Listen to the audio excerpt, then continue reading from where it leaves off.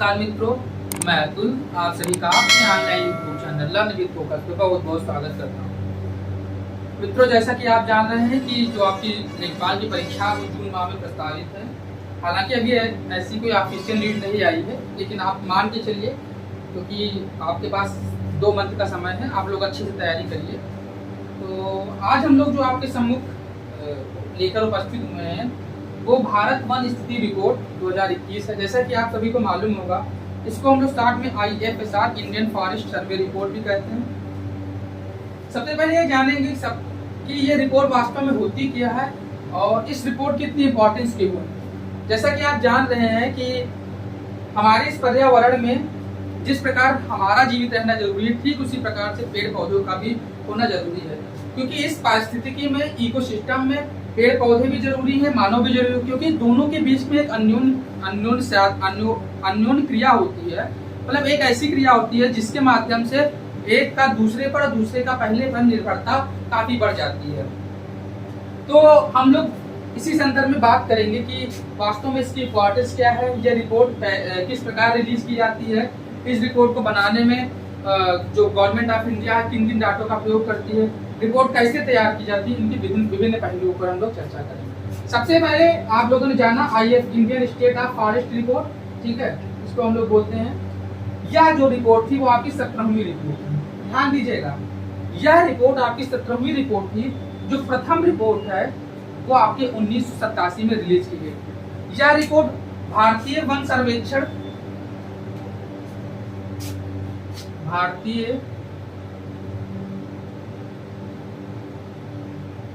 One सर्वेक्षण देहरादून संस्थान है, देहरादून के द्वारा प्रकाशित की जाती है। अब आपके मन में यह विचार आ रहा होगा कि इस रिपोर्ट को कैसे तैयार किया, क्योंकि जो डाटा कलेक्ट किया गया है इसमें रिसोर्ट सैट-2 नाम का एक उपग्रह प्रयोग किया गया। आप ध्यान देंगे, रिसोर्ट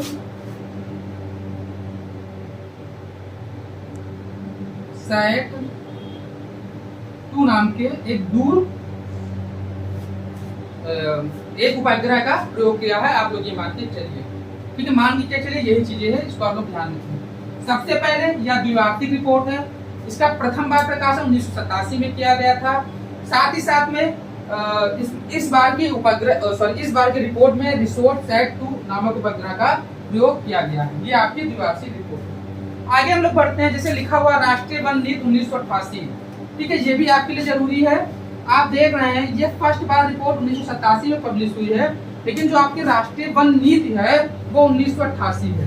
देखिए, अब राष्ट्रीय वन नीति क्या कहती है, जैसा कि आप सभी जानते होंगे, आप लोगों से हमेशा कहा जाता है कि जितना भी एरिया है, ठीक है, जैसे मान लीजिए भारत का क्षेत्र 32,87,263 स्क्वायर किलोमीटर है, इसके रिस्पेक्ट में भारत में 33% क्षेत्रों पर आपका वन का होना बहुत जरूरी है। यानी 33% जो भूभाग है, उस 33% भूभाग पर जो वन है उन वनों का होना जरूरी है।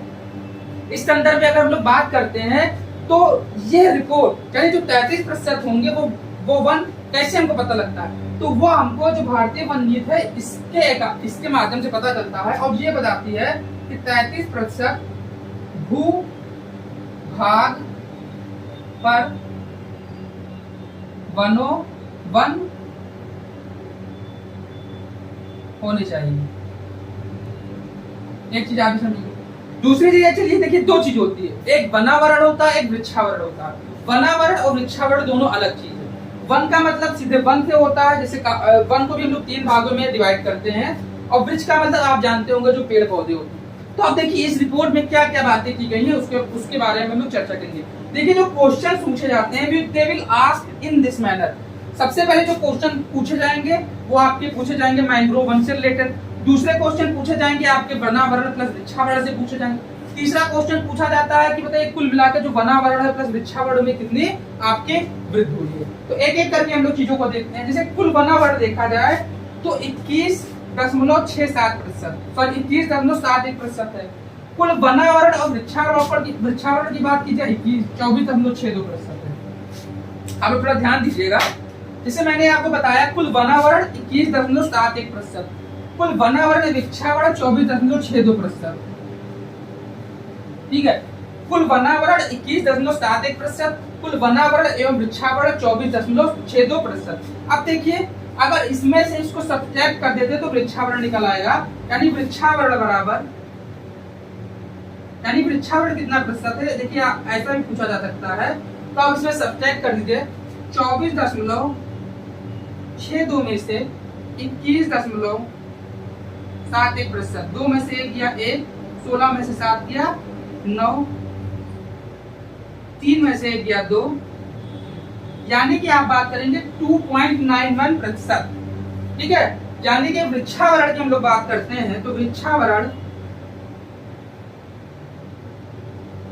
2.91%। चीजें आप तक समझ में आ रही होंगी। यानी वनावरण 21.71%, कुल वनावरण वृक्षावरण 24.62%, और आपका जो वृक्षावरण होगा वो आपका 2.91% होगा। अब आगे हम लोग बात करते हैं, अब जब द्विवार्षिक रिपोर्ट है तो जाहिर सी बात है ये 2021 में आई है, तो इसके पहले 2019 में आई रही हो। तो अगर हम लोग उस संदर्भ में बात करते हैं तो आप यहाँ पर देख पा रहे होंगे, हाँ, 2019 के आकलन की तुलना में देश के कुल वन और वृक्षावरण में 2261 किलोमीटर स्क्वायर की वृद्धि हुई, जो कि 0.28% थी। ठीक है, वनावरण। अब देखिए, अब ये चीजें बातें हो गई। आपने क्या समझा, आपने वन के बारे में समझा। वन को मैंने बताया कि जो वन को 3 भाग में डिवाइड करते हैं, वन प्लस वृक्ष दोनों जरूरी है भारत के संदर्भ में, भारत के पूरे विश्व के संदर्भ में। वनावरण 21.71% है, वृक्षावरण आपका 24.62% है। अगर हम लोग बात करते हैं वनावरण प्लस वृक्षावरण की, तो ये आप मान के चलिए टोटल कितना है, 24.62% है। कुल वनावरण 21.71% है। अगर हम टोटल में से इसको घटा देंगे तो आपको वृक्षावरण मिल जाएगा। वृक्षावरण आपका 2.91% है।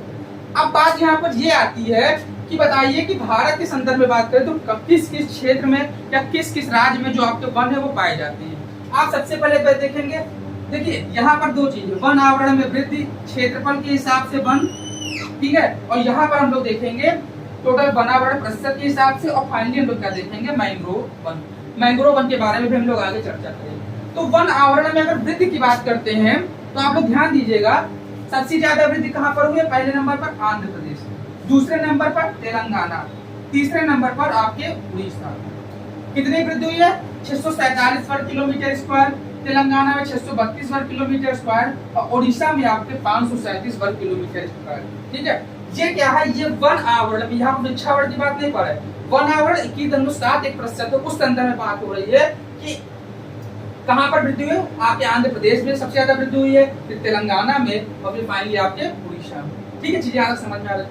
अब देखिए क्षेत्रफल के हिसाब से अधिक वन कहाँ पर है, आप लोग जानते होंगे पिछले बार भी वन रिपोर्ट आई थी तो ये स्थिति लगभग ऐसी थी। सबसे ज्यादा कहाँ पर है, मध्य प्रदेश में, दूसरा अरुणाचल प्रदेश में, तीसरा आपके छत्तीसगढ़ में। सबसे कम कहाँ पर है, आपका हरियाणा में है, फिर पंजाब में है, और फिर आपके कहाँ पर है, गोवा में। ध्यान दीजिएगा, अगर हम क्षेत्रफल के हिसाब से बात करते हैं तो मध्य प्रदेश, अरुणाचल प्रदेश और छत्तीसगढ़।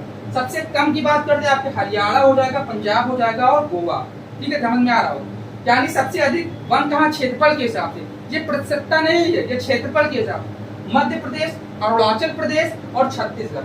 हरियाणा में, हरियाणा, पंजाब और गोवा, यानी 1, 2 और 3 सबसे ज्यादा है, और सबसे कम की बात करेंगे 1, 2 और 3। समझ में?